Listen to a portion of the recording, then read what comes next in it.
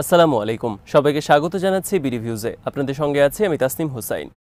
যুক্তরাষ্ট্রের কংগ্রেসের যৌথ অধিবেশনে সম্প্রতি ভাষণ দিয়েছেন ইসরায়েলের প্রধানমন্ত্রী বেনিয়ামিন নেতানিয়াহু। তার বক্তব্য ছিল অসত্য তথ্যে পরিপূর্ণ। তার ভাষণের পর থেকে এই নিয়ে নিন্দার ঝড় উঠেছে বিশ্বজুড়ে। যদিও আমেরিকার বহু রাজনীতিকের অবস্থান ঠিক এর বিপরীত দিকে, তবে এই ভাষণ অধিবেশন বয়কট করা আইন প্রণেতার সংখ্যাও নেহাতি কম ছিল না। বিস্তারিত থাকছে তামান্না মিনহাজের প্রতিবেদনে।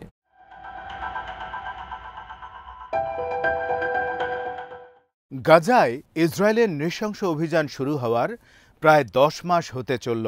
এই সংঘাত ভয়াবহ মানবিক বিপর্যয় সৃষ্টির পাশাপাশি আঞ্চলিক যুদ্ধের রূপ নেয়ার দ্বার প্রান্তে। এমন পরিস্থিতির মধ্যে যুক্তরাষ্ট্র সফর করলেন নেতানিয়াহু। এই সফরে দারুণভাবে প্রশংসিত হয়েছেন ইসরায়েলের এই যুদ্ধবাজ নেতা, যার সরাসরি অর্থ দাঁড়ায় ইসরায়েলের এই অন্যায্য যুদ্ধের প্রতি এখনও সামরিক ও রাজনৈতিক সমর্থন যোগাতে প্রস্তুত যুক্তরাষ্ট্র।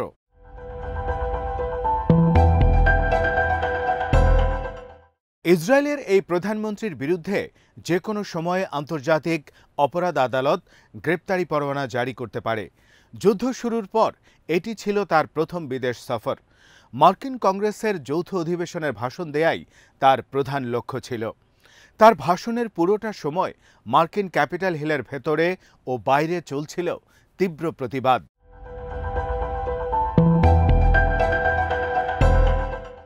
হামাসকে পুরোপুরি নিধন করতে না পারা পর্যন্ত এই যুদ্ধ অব্যাহত থাকবে বলে ঘোষণা দিয়েছেন নেতানিয়াহু। যুক্তরাষ্ট্রের অব্যাহত সমর্থনের জন্য তিনি বাইডেন প্রশাসনের সহযোগিতা কামনা করেছেন। যদিও গাজা ভূখণ্ডে ইসরায়েলি সেনাদের তাণ্ডব নিয়ে যুক্তরাষ্ট্র জুড়ে অসন্তোষ রয়েছে। একই সঙ্গে ইসরায়েলকে ভারী অস্ত্রের চালান বন্ধ করে দেয়া নিয়ে উদ্বিগ্ন তেল আবিব প্রশাসনও।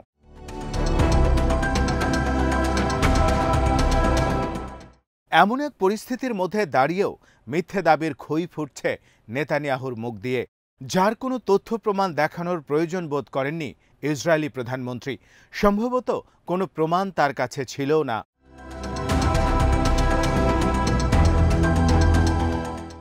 7 অক্টোবর ইসরায়েলের দক্ষিণাঞ্চলে আকস্মিকভাবে হামলা চালায় হামাস। এরপরই ওই অঞ্চলে শুরু হয় এক অসম যুদ্ধ। নেতানিয়াহু এবং ইসরায়েলের প্রতিরক্ষা দপ্তরও তারপর থেকে হামাসের ওই হামলার প্রসঙ্গ টেনে পুরো বিশ্বের সহানুভূতি আদায়ের চেষ্টা করেন। যদিও তাতে সফল হতে পারেননি তারা, বরং পুরো বিষয়টি উল্টো কাজ করেছে। গাজায় ইসরায়েলি হামলার ধরন বিশ্বজুড়ে নিন্দার ঝড় তুলে দেয়।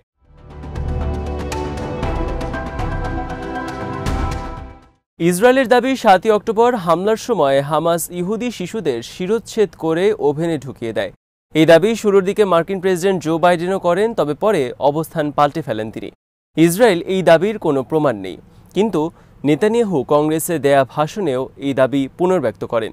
হামাস ওই সময় বেসামরিক স্থাপনায় হামলা চালিয়েছে বলেও দাবি করেন নেতানিয়াহু। তিনি অবশ্য হামাসের হামলার পর থেকেই এই দাবি করে আসছেন, অথচ এই দাবির পক্ষে কোনো প্রমাণ কখনোই হাজির করতে পারেননি তিনি। এই দাবির ধ্বজা ধরে তিনি গাজায় স্কুল, হাসপাতাল, এমনকি জাতিসংঘ পরিচালিত স্কুলেও বোমা হামলা চালিয়ে যাচ্ছেন।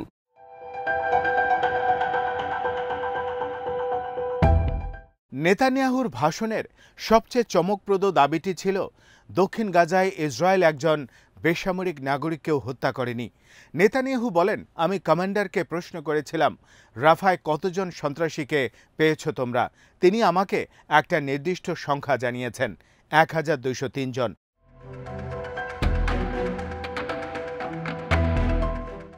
আমি তার কাছে আরও জানতে চাই কতজন বেসামরিক নাগরিক নিহত হয়েছে। জবাবে তিনি আমাকে জানিয়েছেন, প্রধানমন্ত্রী, বাস্তবতা হচ্ছে একজনও নন। শুধু এক জায়গায় ব্যতিক্রম হয়েছে। একটি বোমার শ্রাপনেল হামাসের অস্ত্র গুদামে আঘাত হানে। বিষয়টি ইচ্ছাকৃত ছিল না। ওখানে সম্ভবত 2 ডজন মানুষ নিহত হয়েছে। তার জবাব নিয়েই আরও কিছু বলতে চাই আমি, বাস্তবিক অর্থে একজনও মারা যাননি। আপনারা কি জানেন কেন?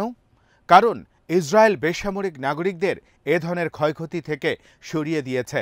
অনেকেই বলেন কাজটা আমরা করি না, কিন্তু আমি তাদের বলতে চাই আমরা করেছি।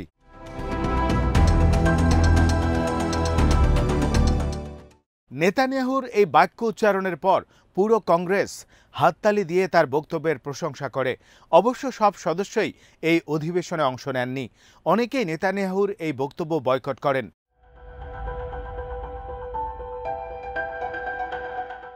ইসরায়েলি প্রধানমন্ত্রী তার ভাষণে দাবি করেন, প্রাণহানির ঘটনা যা ঘটেছে সার্বিকভাবে তা জঙ্গিদের, বেসামরিক জনগণের নয়। নেতানিয়াহুর এই দাবিকে সবচেয়ে ন্যাক্কারজনক বলে দাবি করা হয় সামাজিক যোগাযোগ মাধ্যমে।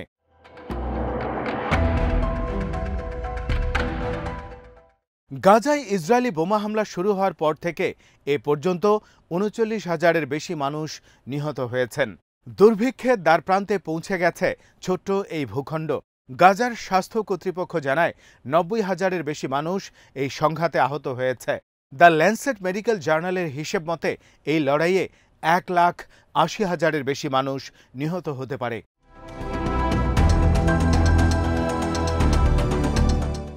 গাজা ভূখণ্ডের মোট বাসিন্দা ২০ লাখ। নানান সময়ে বারবার এরা বাস্তুচ্যুত হয়েছে।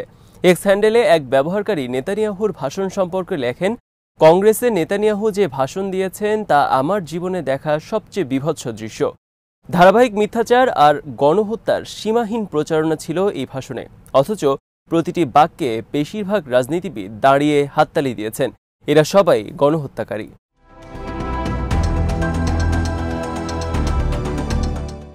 সিএনএনের জেরেমি ডায়মন্ড বেসামরিক হতাহতের ব্যাপারে নেতানিয়াহুর বক্তব্যকে হাস্যকর বলে মন্তব্য করেন।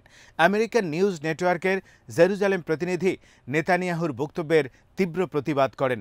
ত্রাণের ব্যাপারে নেতানিয়াহু যে দাবি করেছেন তা নিয়ে প্রতিক্রিয়া দেখান এই প্রতিনিধি।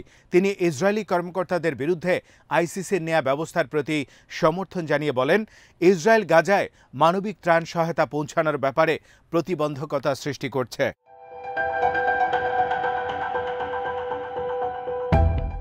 ভাষণে নেতানিয়াহু তার বিরুদ্ধে আনা আইসিসির অভিযোগগুলো নাকচ করে দেওয়ার চেষ্টা করেন। তিনি দাবি করেন, ইসরায়েল বেসামরিক জানমালের ক্ষয়ক্ষতি কমাতে তাদের সর্বোচ্চ চেষ্টা চালিয়ে যাচ্ছে।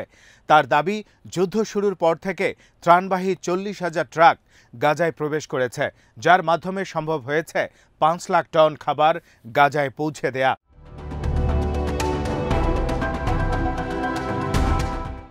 এই ব্যাপারে ডায়মন্ড বলেন, নেতানিয়াহু প্রচুর ত্রাণ গাজায় পৌঁছানোর দাবি করছেন, তবে গাজায় কাজ করছেন এমন কোনো ত্রাণকর্মী বা জাতিসংঘের সঙ্গে কথা বললেই প্রমাণ পাওয়া যাবে। খুব অল্প পরিমাণ ত্রাণই ওই ভূখণ্ডে প্রবেশ করার সুযোগ পাচ্ছে। ইসরায়েলের অসহযোগিতার কারণেই গাজায় ত্রাণ প্রবেশের নিরাপদ পথ পাওয়া যাচ্ছে না।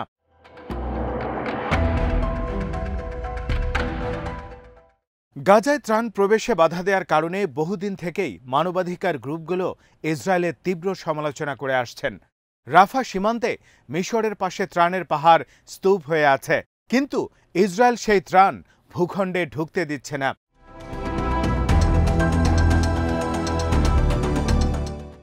যুক্তরাষ্ট্রের হাউস অব রিপ্রেজেন্টেটিভসের অর্ধেকেরও বেশি সদস্য নেতানিয়াহুর বক্তব্য বয়কট করেন। ফিলিস্তিনি বংশোদ্ভূত আমেরিকান আইন প্রণেতা রাশিদা তালিব অবশ্য ইসরায়েলি প্রধানমন্ত্রীর ভাষণের সময় উপস্থিত ছিলেন। পুরো ভাষণের সময় তিনি প্ল্যাকার্ড ধরেছিলেন, যেখানে লেখা ছিল যুদ্ধাপরাধী ও গণহত্যাকারী। যখনই তালাইব এই কার্ড ধরে উঠে দাঁড়ান, তখন তার সহকর্মীরা উঠে দাঁড়িয়েছিলেন নেতানিয়াহুকে দাঁড়িয়ে সম্ভাষণ জানানোর জন্য।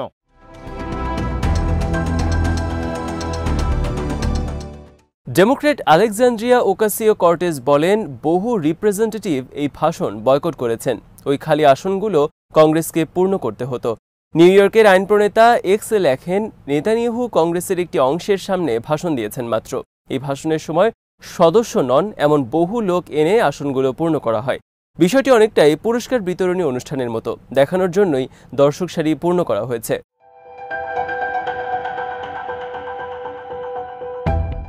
অধিবেশন বয়কটকারীদের মধ্যে সাবেক স্পিকার ন্যান্সি পেলোসিও ছিলেন।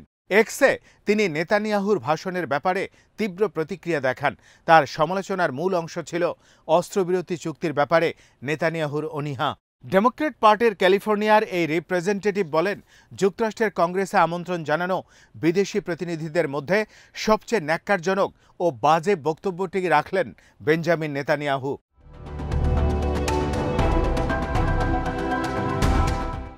আমাদের মধ্যে অনেকেই আছেন যারা ইসরায়েলকে ভালোবাসেন। তারা ৭ই অক্টোবরের হামাসের হামলায় হতাহত ও জিম্মি হয়ে পড়া ইসরায়েলিদের পরিবারের সঙ্গে কথা বলে আজকের দিনটি পার করছি। তিনি আশা প্রকাশ করেন নেতানিয়াহু একটি অস্ত্রবিরতিতে সম্মত হবেন।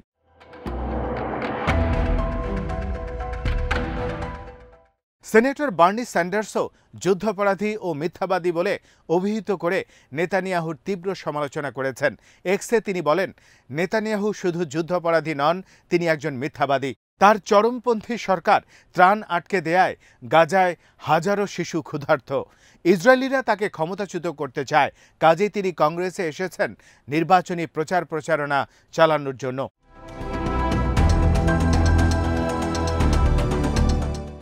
ভাইস প্রেসিডেন্ট এবং ডেমোক্রেটিক পার্টির প্রেসিডেন্ট প্রার্থিতা প্রত্যাশী কমলা হ্যারিসও এই অধিবেশনে অনুপস্থিত ছিলেন।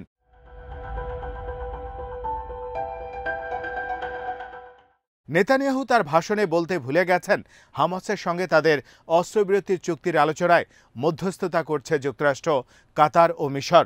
হামাসের হাতে থাকা জিম্মিদের পরিবারের সদস্যরা তীব্রভাবে একটি অস্ত্রবিরতি চুক্তির প্রত্যাশা করছেন, যেন তাদের প্রিয়জনরা মুক্তি পায়। তাদের অভিযোগ, নেতানিয়াহু ও তার সরকারের অনিচ্ছার কারণেই চুক্তি সই হচ্ছে না।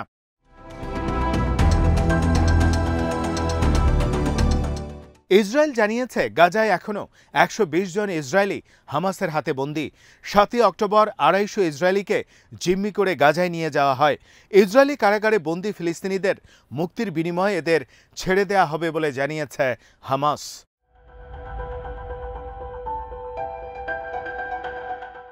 আজ এখানেই শেষ করছি। সবাই ভালো থাকুন, সুস্থ থাকুন আর দেখতে থাকুন বিডি ভিউজ। চ্যানেলটি ভালো লাগলে সাবস্ক্রাইব করুন, সংযুক্ত থাকুন আমাদের ফেসবুক পেজে। আল্লাহ হাফেজ।